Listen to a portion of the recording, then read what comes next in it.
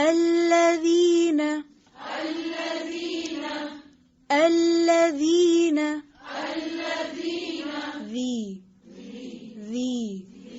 ذی اونچی آواز سے ذی الذین یؤمنون بالغیب بالغیب بالغیب غی غی غی بالغیب یہ بل ہے یا بل ہے بل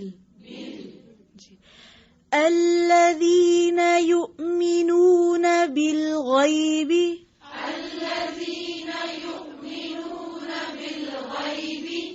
بل یا بل بل بالغیب ویقیمون الصلاة ويقيمون الصلاة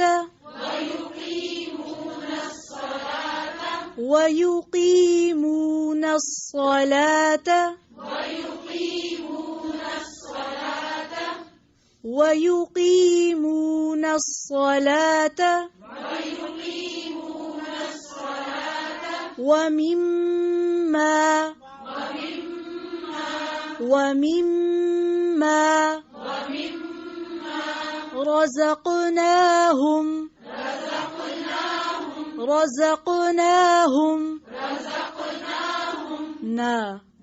رزقناهم ينفقون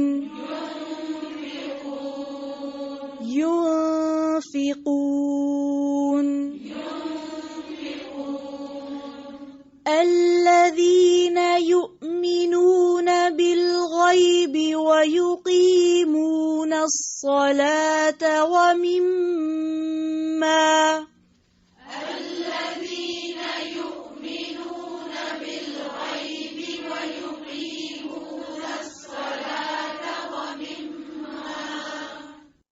الذين يؤمنون بالغيب ويقيمون الصلاة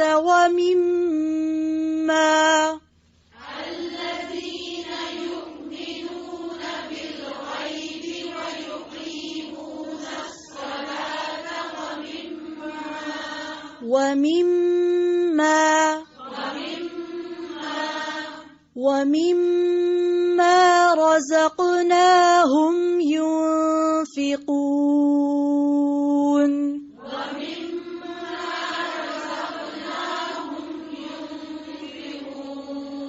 ومما رزقناهم ينفقون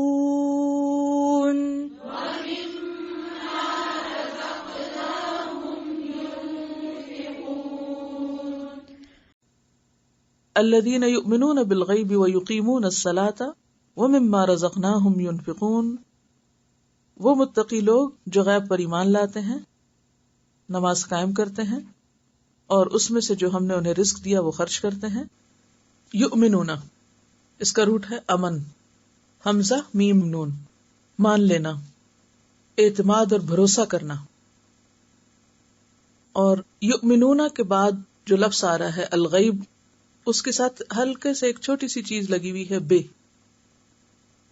وہ جو بے آگے لگی ہوئی ہے اس کا اصل میں تعلق پیچھے سے ہے، یؤمنون بالغیب. تو یؤمنون کے بعد اگر بے آئے جیسے یہاں آ رہی ہے تو اس کا معنی ہوتا ہے ماننا اور قبول کرنا. صرف ماننا نہیں بلکہ لے بھی لینا، قبول بھی کر لینا. اس کا نام ایمان ہے، مان کے قبول کر لینا. مثلاً بعض اوقات ہم کہتے ہیں کہ فلاں کی بات سچ ہے، یہ درست ہے، مان جاتے ہیں ہاں ٹھیک ہے. اور پھر اگر وہ یہ کہ اگر تم مانتے ہو کہ ٹھیک ہے تو پھر اس کو قبول کر لو، لے لو اس بات کو اور اس کے مطابق عمل کرو. تو ہم اس کو نہیں لیتے، ہمارے پاس چوائس ہوتی ہے ہم لیں یا نہ لیں. تو یہاں پر یؤمنون بے جو آیا ہے تو اس کا معنی صرف ماننا نہیں ہے بلکہ اس کو قبول کرنا ہے، لے لینا ہے. پھر بالغیبی ساتھ غیب کے، یعنی ایمان رکھتے ہیں غیب پر. تو غیب کا جو لفظ ہے اس کا معنی ہوتا ہے نگاہوں سے اوجھل ہونا، نگاہوں سے پوشیدہ ہونا، یعنی جو چیز ہمیں نظر نہ آئے، چھپی ہوئی چیز ہمیں نظر نہ آئے، جو ہمارے حواس سے پوشیدہ ہو، صرف آنکھوں سے نہیں بلکہ سارے حواس سے، سارے سینسز سے بیونڈ. نہ ہم اس کو دیکھ سکتے ہوں، نہ سونگھ سکتے ہوں، نہ سن سکتے ہوں، نہ چھو سکتے ہوں. تو غیب کیا چیز ہوئی؟ ذرا امیجن کریں اس تعریف کی روشنی میں غیب کیا ہوا؟ وہ چیز جو ہمارے حواس یا سینسز سے ماورا ہے، بیونڈ ہے، یعنی ہماری ایکسس سے باہر ہے، اور کسی کے ذریعے ہمیں اس کے وجود کی خبر ملی. تو یؤمنون بالغیب، تو وہ غیب کو مان لیتے ہیں، غیب کی باتوں پر بھروسہ کرتے ہیں جو پیغمبر کے ذریعے انہیں ملی ہیں. اب اس کا تعلق بھی اندر ایمان کا تعلق کس سے؟ بنیادی طور پر دل سے ہے. تو غیب کیا ہے؟ وہ چیزیں جو ہماری نگاہوں سے اوجھل ہیں، وہ چیز جس کے بارے میں جاننے کا انسان کے پاس کوئی ذریعہ نہ ہو سوائے وحی الہی کے. اور یہاں ویسے تو بہت سی چیزیں ہماری نگاہوں سے اوجھل ہیں کہ نہیں؟ اس وقت اس کمرے سے باہر کیا ہو رہا ہے؟ آپ کو پتا ہے اس وقت کون سے ماڈل کی گاڑی سڑک پہ جا رہی؟ تو اس پر ایمان لانا ضروری ہے کہ کوئی باہر سے کھڑا شخص آپ کو فون پہ بتائے ایمان لاؤ اس پر جو گاڑی جا رہی ہے اور میری بات پر. تو یہ مراد نہیں ہے یہاں. غیب سے مراد صرف غیب نہیں، الغیب ہے، خاص قسم کی غیب کی باتیں ماننا. تو یہاں جو ال ہے تخصیص کے لیے ہے، اور اس پر توجہ رکھیے. ہر غیب نہیں، یعنی ہم نے پہلے تو غیب کا ایک جنرل معنی دیکھا نا کہ ہر وہ چیز جو ہمارے سینسز سے باہر ہے. لیکن یہاں ہر اس چیز پر ایمان لانا ضروری نہیں، بلکہ الغیب پر ایمان لانا ضروری. اور الغیب سے مراد کیا ہے؟ سب سے پہلے تو اللہ تعالیٰ، پھر فرشتے، پھر رسول. اب ظاہر ہے کہ وہ بھی ہم دیکھ نہیں سکتے، سن نہیں سکتے ان کو. اور اسی طرح تقدیر پر ایمان. تو یؤمنون بالغیب. دیکھا جائے تو اس میں وہ سارا ایمان جو ہے مفصل وہ آ جاتا ہے. کیا ہے وہ؟ آمنت باللہ، ٹھیک ہے نا؟ ایمان بالغیب ہے نا. آمنت باللہ و ملائکتہ و کتبہ. اب کتاب ویسے تو دیکھنے میں ہمارے سامنے ہے، لیکن یہ کس طرح نازل ہوئی، فرشتہ کیسے لے کر آیا، کیا طریقہ تھا؟ جیسے قرآن پاک میں کہا گیا یسألونک عن الروح، لوگ پوچھتے ہیں یہ وحی کیا چیز ہوتی ہے، یہ وحی کیا ہے، یہ کیسے آتی ہے، یہ کیسے نازل ہوتی ہے، جبریل کیسے؟ قلب کی بات ہے نا کہ آپ کے قلب پہ اتارتے ہیں. تو کیا چیز ہوتی ہے جو قلب میں ڈالتے ہیں؟ ان نون ہے نا، ہم تو نہیں جانتے. تو اللہ تعالیٰ نے کیا جواب دیا؟ وما اوتیتم من العلم الا قلیلا. سورۃ الاسراء کی آیت ہے. آج نمبر بھی نہیں بتا رہی، ڈھونڈیے ذرا جا کے سورۃ الاسراء. سورۃ الاسراء سورۃ بنی اسرائیل کو کہتے ہیں، اردو والے مصحف میں بنی اسرائیل لکھا تھا. یسألونک عن الروح قل الروح من امر ربی وما اوتیتم من العلم الا قلیلا. تم وحی کو نہیں سمجھ سکتے کہ کیا پروسیجر ہے اس کا آنے کا، اس لیے یؤمنون بالغیب. تو آمنت باللہ وملائکتہ وکتبہ ورسلہ والیوم الآخر والقدر خیرہ وشرہ من اللہ تعالی والبعث بعد الموت. یہ سب کیا ہے، کس سے تعلق رکھتا ہے؟ ایمان بالغیب سے. اچھا، عام طور پہ جب ہم کہتے ہیں نا ہم ایمان بالغیب رکھتے ہیں تو ہم کیا کہتے ہیں؟ وہ جنت دوزخ فرشتے وغیرہ بس وہ مان لیا، ادھوری بات کرتے ہیں. ایمان بالغیب میں یہ ایمان کی ساری تفصیل آ جاتی. تو ایسی چیزوں کو ماننا جو ہم نے دیکھی نہیں اور جو ہم اپنے حواس سے جن کا ادراک کر ہی نہیں سکتے، پرسیو نہیں کر سکتے، ان کو سمجھ آ گئی؟ اب اگر میں پوچھوں آپ سے امتحان میں کہ ایمان بالغیب کا معنی بتائیں، کیا لکھیں گے؟ کہ وہ ان چیزوں پر ایمان لاتے ہیں جو نظر نہیں آتی. کافی ہے یہ جواب؟ کافی؟ یہ مجھے اس لیے فکر ہے کیونکہ غیب کا جو لفظی معنی میں نے بتایا پہلے کہ نظر نہ آنے والی چیزیں، اب ہمارے سینسز سے باہر کی چیزیں، تو کہیں آپ اس کو جنرلائز نہ کر دیں. اس کو غیب سے نہیں بات کرنی، الغیب سے بات کرنی. اور الغیب کا پھر معنی کیا ہے؟ یہ ہے تبیین، یہ ہے تفسیر. اب کہ واٹس دی میننگ آف الغیب، اور اس کو ہم کس طرح کلاسیفائی کریں گے. تو سب سے پہلی صفت متقین کی کیا ہوتی ہے کہ وہ ایمان والے ہوتے ہیں. آپ سمپل لفظوں میں یہ کہیں کہ جن چیزوں پر ایمان لانے کے لیے کہا گیا ہے خواہ وہ نظر آتی ہیں یا نہیں آتی ان کو مانتے ہیں. ٹھیک ہے, کیونکہ اس کے بغیر تو ہدایت نہیں مل سکتی. یہ بات تو ہدایت سے متعلق ہے نا. ہدایت نہیں مل سکتی. کیوں نہیں ہدایت مل سکتی؟ آپ تو ہدایت لینے کے لیے نکلے اور قرآن اس لیے پڑھنے کہ آپ کو ہدایت ملے, تو اللہ تعالیٰ نے کنڈیشن لگا دی, اچھا ہدایت چاہیے, آؤ کنڈیشن نمبر 1 ایمان, اور ایمان بالغیب, یہ ہے شرط نمبر 1, ایمان بالغیب.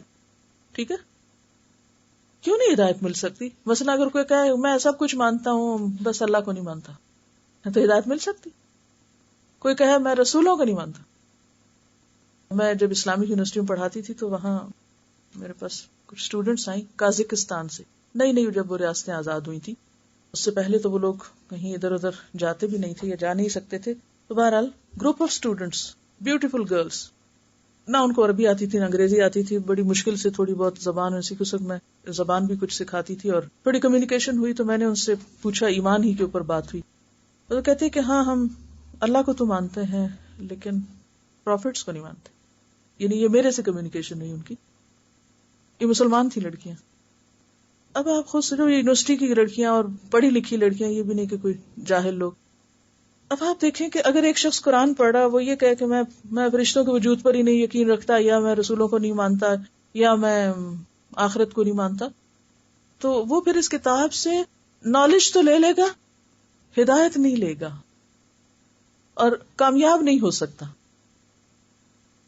تو یہ سب سے پہلی شرط ہے, فرسٹ سٹیپ. تو یؤمنون بالغیب ویقیمون الصلاۃ.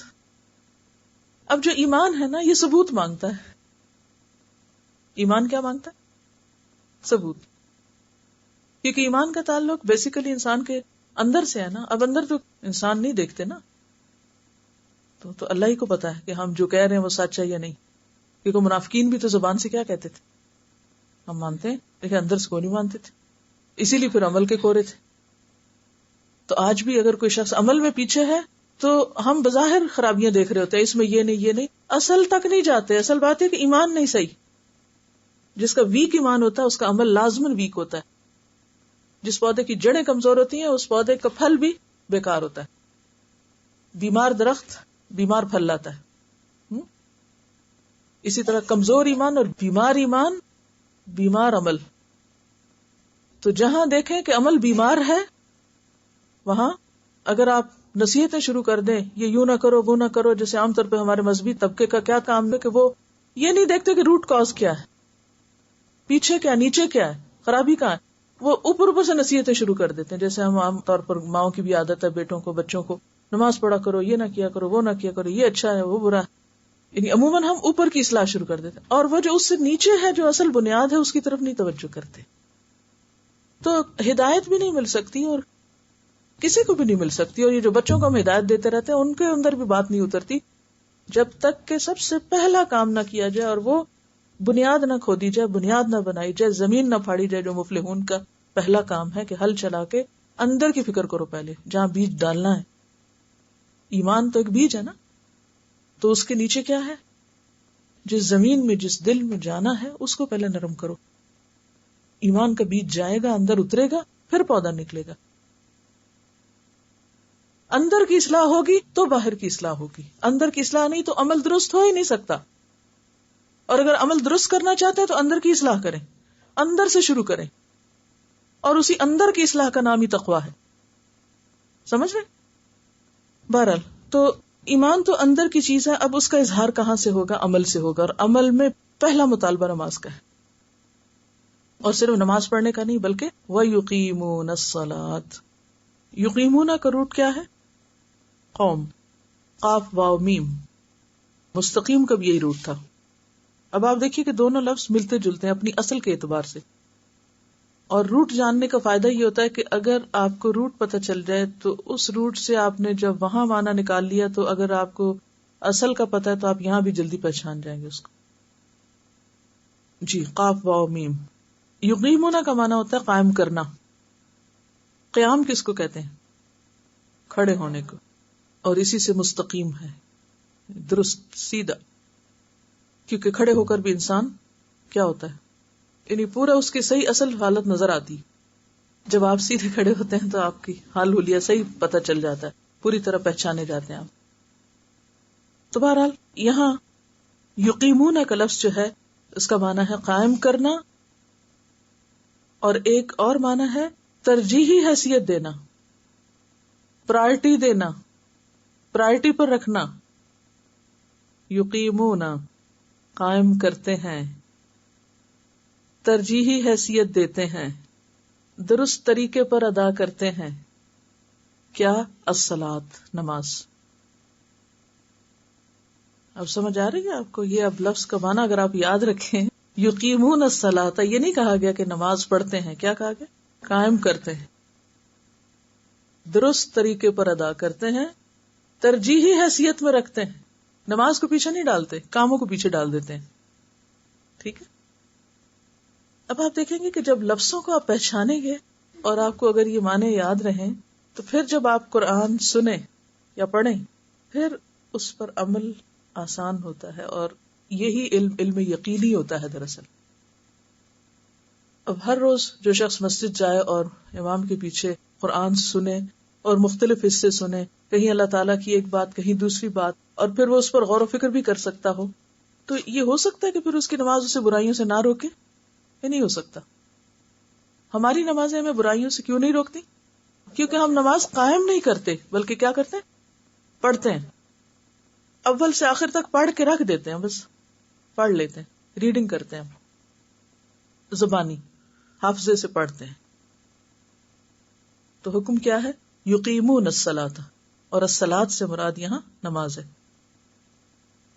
وَمِمَّا رَزَقْنَاهُمْ يُنْفِقُونَ.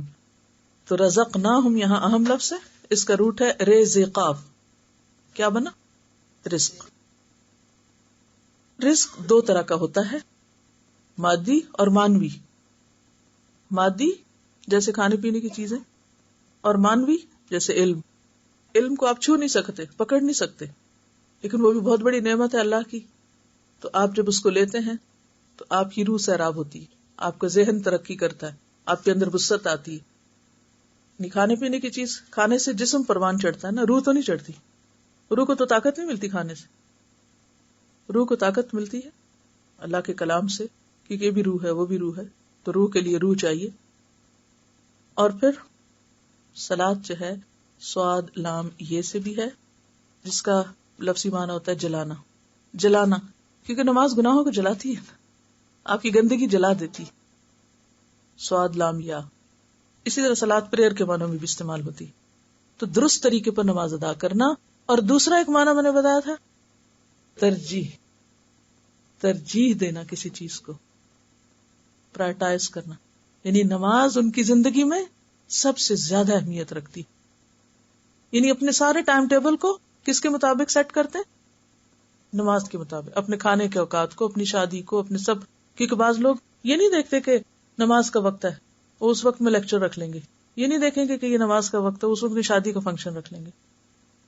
وہ اس وقت نکل کے بازار چل پڑیں گے، پھر مسئلہ پوچھیں گے اچھا بازار میں نماز کیسے پڑھیں؟ سوچ سمجھ کے بازار جانا تھا کہ نماز کا وقت ہے تو پڑھ کے جانا تھا، یہ ایسے وقت میں جاؤ کہ واپس آ کے پھر نماز پڑھو. تو یہ جو ترجیح دینا ہے نا، کہ وہ کہیں کا بھی کوئی پروگرام بناتے ہیں، خواہ وہ سیر و تفریح کا یا سونے کا، ایون وہ دیر تک اس لیے نہیں جاگتے کہ ان کو فکر ہوتی ہے کہ ہمیں صبح اٹھنا ہے. تو ان کی زندگی میں نماز سب سے ٹاپ پر ہے، سارے اعمال میں سب سے اوپر، اور باقی چیزیں اس کے نیچے فال کرتی. تو یہ ہے درست طریقے پہ پڑھنا. یقیمون کا معنی آتا ہوگا تو خود ہی تفسیر کر لیں گے آپ کہ درست طریقے پر پڑھتے ہیں اور ترجیح دیتے ہیں اس کو. اور کیا کرتے ہیں؟ اور اپنے تقوی کا اظہار کس طرح کرتے ہیں؟ نمبر 1 ایمان، اور ایمان کی تصدیق کے طور پر عمل. عمل میں سب سے پہلے نماز، اور اپنے جسم یا اپنے وجود کے ساتھ اطاعت کا اظہار، اور پھر اپنے مال سے. رزقناہم، رزق دیا ہم نے ان کو، یعنی ان کے پاس چاہے مادی نعمتیں ہیں یا مانوی نعمتیں ہیں، ایمان کی نعمت ہے، دین کی نعمت ہے، علم کی نعمت ہے، وہ کیا کرتے ہیں؟ ينفقون خرچ کرتے ہیں. ينفقون کا لفظ جو ہے نفق سے ہے، نون فے قاف. نفق سوراخ کو کہتے ہیں، ٹنل کو. اگر کسی چیز میں سوراخ ہو تو کیا ہوتا ہے پھر اس کا اثر؟ اس میں رکتا ہے کچھ؟ یعنی ان کو جو کچھ ملتا ہے اس کو وہ اکٹھا کر کے رکھ نہیں چھوڑتے، بلکہ کیا کرتے ہیں، اس میں سوراخ کر دیتے ہیں اور دوسروں کے ساتھ شیئر کرتے ہیں. کیونکہ کوئی بھی چیز اگر بس رکھ دی جائے تو کیا ہوتا ہے، خراب ہونے لگتی ہے. کوئی بھی چیز روک دی جائے تو وہ کسی کے بھی کام کی نہیں ہوتی. تو ينفقون نفق سے ہے. نفق سرنگ کو کہتے ہیں، ٹنل کو جس کے دو طرف سوراخ ہوتا ہے، ٹو وے ہوتی ہے. ایک طرف سے چیز انٹر ہوتی ہے اور دوسری طرف سے نکل جاتی ہے. تو ایک طرف سے کماتے ہیں اور دوسری طرف سے خرچ کرتے ہیں. ایک طرف سے علم حاصل کرتے ہیں اور دوسری طرف آگے دیتے ہیں. ایک طرف سے سیکھتے ہیں اور دوسری طرف سے سکھاتے بھی ہیں. اسی لیے تو ڈے 1 سے آپ کو 2 کام دیا گیا، صرف پڑھنا ہی نہیں، پڑھانا بھی ہے، شیئر بھی کرنا ہے. کوئی مثال آپ دیں گے کہ جو چیزیں جمع کر کے رکھ دیتے ہیں پھر ان کا حال کیا ہوتا ہے؟ کھانے پینے کے تو کیڑا لگ جاتا ہے، مانوی نعمتیں ہوں تو علم وغیرہ ضائع ہو جاتا ہے، بھول جاتا ہے. اسی طرح باقی تمام چیزوں کے بارے میں بھی سوچیے. مشینری اگر رکھ دی جائے جام ہو جاتی، خراب ہو جاتی. اور اگر دماغ کو ویسے ہی رکھ دیا جائے، جسم کا حصہ اگر نہ یوز کریں، اگر آپ کچھ عرصے تک لکھنا چھوڑ دیں، اب اتنے ہاتھ تھکتے ہیں کہ امید ہے کہ آپ سب کے ہاتھ تھک رہے ہوں گے کیونکہ زور لگ رہا ہے. وہ عادت نہیں لکھنے کی جن لوگوں کو، ان کے لیے ریلی ہارڈ. اسی لیے آپ کہتے پھر بولے کیونکہ مجھے پتا ہے کیا پریکٹس ہی نہیں، آؤٹ آف پریکٹس ہے. اور اب تو ویسے بھی کمپیوٹر کے اوپر انگلیاں پھیرنے سے کچھ لوگ جو لکھتے ہیں وہ قلم کے استعمال کی بجائے انگلیوں کا استعمال زیادہ کرتے ہیں، تو بھی لکھنے کی عادت بھول جاتی. anyhow تو جس بھی چیز کو آپ استعمال نہیں کریں گے، چاہے وہ آپ کا دماغ ہو، چاہے وہ آپ کے ہاتھ ہو، چاہے وہ کھانے پینے کی اشیاء ہو، کوئی بھی چیز جس کو آپ صحیح استعمال نہیں کریں گے وہ آپ کے لیے یوز لیس ہو جائے گی. تو صرف اکٹھا ہی نہیں کرنا، اس کو دینا بھی ہے. آپ دیکھیے کہ اگر جسم اور مال 2 میں سے ایک چیز آپ کو لینی ہوگی تو کیا لیں گے؟ کوئی کہے کہ یعنی زندگی یا مال؟ نہیں، دونوں ہی چاہیے، لیکن اگر 2 میں سے ایک کو چوز کرنا پڑے تو زندگی یا مال؟ زندگی، ٹھیک ہے نا.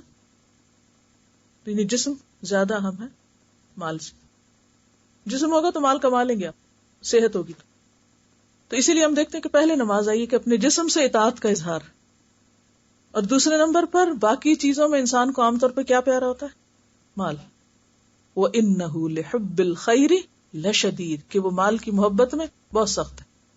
جو نعمتیں اس کو ملی ہیں، جو اس کی پوزیشن میں ہیں، جو چیزیں اس کو دی گئی ہیں، ہر وہ چیز جو ہماری ہوتی ہے نا، جو ہماری ملکیت ہوتی ہے، وہ ہمیں بہت پیاری ہوتی ہے.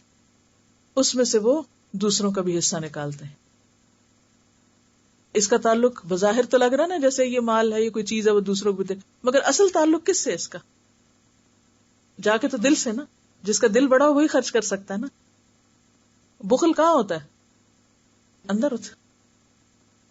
تو جب دل بڑا ہوتا ہے نا، اور دل میں دوسروں کی محبت ہوتی ہے، دل میں دوسروں کی تڑپ ہوتی ہے، پھر یہ نہیں ہو سکتا کہ آپ کو کوئی کہے کہ آج یہ ہوم ورک لکھو اور گھر جا کر کسی کو بتاؤ کچھ. اگر انسانوں سے محبت ہو تو آپ ابلنے لگتے ہیں، خود بخود آپ دکھنے لگتے ہیں. آپ سے کسی کا بگڑنا، کسی کا ادھر ادھر رستے سے ہٹنا آپ کے لیے سخت تکلیف دہ ہو جاتا ہے کہ نہیں، اس کو میں ایسے نہیں چھوڑ سکتی. اسی طرح کسی کو بھوکا آپ دیکھتے ہیں تو آپ بے حس نہیں ہو سکتے. کسی کو جاہل دیکھتے ہیں تو آپ آرام سے نہیں بیٹھ سکتے. پھر آپ ایک دوسرا انسان بننے لگتے ہیں، کیونکہ آپ ایک متقی انسان ہیں، لہٰذا آپ کے اندر شیئرنگ کی خصوصیت ہے، دینے والے بن جاتے ہیں. تو ایسے لوگ جو دینے والے ہوتے ہیں وہی اس کتاب سے فائدہ اٹھا سکتے ہیں، کیونکہ یہ کتاب تو اتنے مطالبے کرتی ہے دینے کے، یعنی اس کتاب کو آپ پڑھتے جائیں گے تو یہ لگتا ہے جیسے یہ دینے والی کتاب ہے، یہ بھی دے دو، یہ بھی دے دو، یہ بھی دے دو. تو اب آپ اگر یہ کوالٹی آئی نہیں، متقی بنے ہی نہیں، تو پھر اس پر تو عمل ہو ہی نہیں سکتا، ہدایت نہیں مل سکتی. پھر تو یہ اگلی کنڈیشن، اگلی شرط، اگلی خصوصیت، وَمِمَّا رَزَقْنَاهُمْ يُنْفِقُونَ. اور اس میں جیسے پہلے بھی میں نے عرض کیا کہ نعمتوں کی دو قسمیں ہوتی ہیں. کون کون سی؟ مادی اور مانوی. تو مادی میں کھانے پینے کی اور یعنی مادی چیزیں آتی ہیں، اور مانوی میں جو علم، ایمان، اسلام، یہ ساری نعمتیں. تو یہ جو کچھ بھی ان کو ملا ہے وہ آگے دیتے ہیں. مثلاً آپ کو اسلام ملا تو آپ اس کو اپنے تک نہیں رکھتے، کیا کرتے؟ اسلام نعمت ہے کہ نہیں؟ تو آپ کو یہ ملی ہے کہ نہیں؟ تو پھر اس کو اپنے تک ہی رکھیں گے. وَمِمَّا رَزَقْنَاهُمْ يُنْفِقُونَ. اب قرآن کی نعمت آپ کو مل جائے تو خیرکم من تعلم القرآن وعلمہ. تو یہ مانوی نعمتیں شیئر کرنا ہے، اور اسی طرح مادی نعمتیں بھی شیئر کرنا ہے. یہ نہیں کہ خود کھا رہے ہیں تو بس دوسروں سے آنکھیں بند کر لیں، ٹھیک ہے میں اپنے گھر سے لنچ لائی ہوں، اپنا خود لایا کرو، میں تمہاری ذمہ دار تھوڑی ہوں. بعض اوقات ہم باقی خود غرضی کا ثبوت دیتے ہیں. یعنی ایک چھوٹی سی مثال ہے، ضروری نہیں کہ بخل بڑی بڑی چیزوں میں ہو. بعض اوقات ہم کسی کو جگہ دینے میں بھی بخل کرتے ہیں. ہم یہ نہیں دیکھتے دوسرا تنگ بیٹھا ہے، ذرا سے کھلے ہو جائے. تو ہمیشہ صرف اپنے لیے نہیں، دوسروں کا خیال رکھ کے آپ زندگی بسر. اچھا، اس کا فائدہ کیا ہوتا ہے؟ جب آپ دینے والے بنتے ہیں تو وہ جاتا نہیں ہے، وہ پلٹتا ہے. اگر آج آپ کسی کو جگہ دیتے ہیں یا اس کے لیے جگہ بناتے ہیں تو کیا ہوگا؟ اس سے آپ کسی کے ساتھ اچھے اخلاق سے پیش آتے ہیں تو کیا بنے گا، کیا ملے گا آپ کو؟ پلٹ کے محبت ملے گی نا. اور اگر آپ بد اخلاقی کرتے ہیں تو کوئی نقصان ہوگا دوسرے کا یا آپ کا؟ آپ کسی کو جگہ نہیں دے رہے مثلا، یہ بھی دینا ہے، یہ بھی رزق خرچ کرنا ہے نا. دوسرے کے لیے سہولت پیدا کرنا، آسانی پیدا کرنا. کسی نے کوئی پوچھ لیا مطلب میں اس کو بتا دوں تو میرے نمبر کم ہو جائیں گے، یہ بھی اب دینے والی بات ہے نا. علم دینا، کوئی مشورہ، کوئی ریسیپی، کوئی اچھی چیز شیئر کرنا. اب وہ کیا ہوتا ہے کہ جب ہم دیتے ہیں تو بظاہر ایسے لگتا ہے کہ کوئی چیز آپ سے چلی گئی یا آپ کو ودرا کرنا ہو، آپ کو چھوڑنا پڑا. نہیں، وہ پلٹ کے آپ کی طرف آتی ہے. آپ کے دل پہ چوٹ بھی لگی ہوئی ہو، کسی نے آپ کے ساتھ برا بھی کیا، پھر بھی اگر آپ مسکرا سکتے ہو تو کیا اس کو کوئی ریوارڈ نہیں ملے گا؟ آپ کو نہیں ملے گا. یعنی دو طریقے ہو سکتے ہیں. کسی نے آپ کو برا کہا، آپ پلٹ کے اب سنائیں اس کو. تو یاد رکھیے انتقام کا بھی انتقام ہوتا ہے. انتقام کا بھی انتقام ہوتا ہے. یہ لکھ لیجیے ریمائنڈر والی وہ جو باتیں نا وہاں. اس کا کیا معنی ہے؟ انتقام کا بھی انتقام ہوتا ہے. کسی نے آپ کو کچھ کہا، آپ نے اس کو لگائی، اب کیا ہوگا؟ وہ وہی تھوڑی بیٹھ سے کھا کے. جس نے پہلی دفعہ لگائی وہ دوسری دفعہ 2 لگائے گا تو وہ بات بڑھے گی نا. تو ٹھیک ہے، جتنا وہ کوئی آپ کو لگائے اتنا آپ لگا سکتے ہیں، یہ اللہ نے آپ کو اجازت دی ہے. لیکن اگر آپ معاف کر سکتے ہو تو اس کا آپ نے ایک تو حق چھوڑا بدلہ نہ لے کے، لیکن آپ لوزر نہیں ہیں، پھر بھی آپ کو کسی اور شکل میں ریٹرن ملے گا. تو جس شخص کے اندر ایمان اور تقویٰ ہوتا ہے نا، اس کی نگاہ میں اتنی وسعت ہوتی ہے، اس کو اللہ تعالیٰ بصیرت عطا کرتا ہے. وہ چیزوں کو صرف ظاہر سے نہیں دیکھتا، اس کے لانگ ٹرم فائدوں کو دیکھتا ہے، پیچھے کیا ہے، اینڈ میں کیا ہے. تو جب ہم کسی کے ساتھ اچھائی کرتے ہیں، یعنی اخلاق سے بات کرنا جو ہے یا اچھے اخلاق کا مظاہرہ کرنا، یہ بھی ینفقون میں ہے. یعنی اللہ نے آپ کو ایک خوبی دی، اچھا دل دیا، اچھے معاملے کی توفیق دی. اب آپ اچھا معاملہ کر رہے ہیں، مسکرانا صدقہ ہے یا نہیں؟ آپ مسکراتے ہیں تو اکثر آپ کو جواب میں مسکراہٹ ملتی. بہت کم ایسا ہوتا ہے کہ کئی لوگ اتنے بخیل ہوتے ہیں کہ مسکرانے کے جواب بھی نہیں مسکراتے. خود تو ابتدا تو کیا کریں گے، کوئی ابتدا کر بھی لے تو وہ جواب نہیں دیتے، اتنے بے حس ہوتے. خیر، تبسمک فی وجہ اخی کا صدقہ، مسکراہٹ کو صدقہ کہا گیا. یہ ینفقون ہے، مانوی چیز خرچ کرنا. اچھا، اسی طرح الکلمۃ الطیبۃ صدقہ، بھلی بات کرنا بھی صدقہ ہے. کسی کے ساتھ کوئی اچھی بات کر لیں، اس کا دل خوش کر لیں، اس کا حال پوچھ لیں، کچھ بھی، یہ بھی کیا ہو گیا؟ صدقہ. وَمِمَّا رَزَقْنَاهُمْ يُنْفِقُونَ. اللہ نے آپ کو علم دیا، اللہ نے آپ کو اچھی بات کی توفیق دی، کیوں روکے ہوئے اس کو؟ بولیں، بتائیں دوسرے کو اچھی بات. تو جتنا کچھ بھی آپ کو خیر و خوبی میں سے ملے، جب آپ اسے خرچ کرنے لگتے ہیں تو آپ ملینئر ہو جاتے ہیں. جتنا دیتے ہیں اس سے کہیں، کیونکہ اللہ کا وعدہ ہے جو 1 گنا خرچ کرے گا اس کو کیا ملے گا؟ من جاء بالحسنۃ فلہ 10 امثالھا. بہت سے لوگ اس کی تفسیر صرف اتنی کرتے ہیں کہ ہاں اس کو 10 نیکیاں مل جائیں گی، یعنی 1 نیکی کا بدلہ 10 نیکیاں. یہ تو ہے ہی، لیکن وہ تو آخرت میں. دنیا میں بھی آپ دیکھیں کہ آپ 1 نیکی کسی کے ساتھ کرتے ہیں، 1 بھلائی کسی کے ساتھ کرتے ہیں، اللہ تعالیٰ آپ کو اس کے 10 ٹائم ریوارڈ مختلف طریقوں سے دیتا ہے. اس انسان سے نہیں ضروری کہ جس سے آپ نے کیا آپ کو وہیں سے ملے، کہیں سے، کیونکہ نیکی ایک خوشبو کی طرح ہوتی ہے نا، پھیلتی. جب خوشبو پھیلتی تو صرف ایک کو تو نہیں پہنچتی، بہت سے لوگوں کو پہنچتی. تو اسی طرح آپ اچھائی کرتے تو وہ صرف ایک تک نہیں ہوتی، اس سے آگے جاتی اور جس تک جاتی وہاں سے پھر واپس آپ پر پلٹتی. اور یہ بڑے ظرف کی بات ہوتی ہے. یہ پکے ایمان کے بغیر مما رزقناہم نہیں ہو سکتا. ایک ہوتا مصنوعی اخلاق، پروفیشنل اخلاق، نا اوپر سے لبادہ اڑا ہوا. تو اوپر کے لبادہ تو زیادہ دن نہیں رہتا نا. تو تقویٰ اور اخلاق یہ آپس میں جڑی ہوئی چیزیں ہیں. تقویٰ اندر اور اخلاق باہر.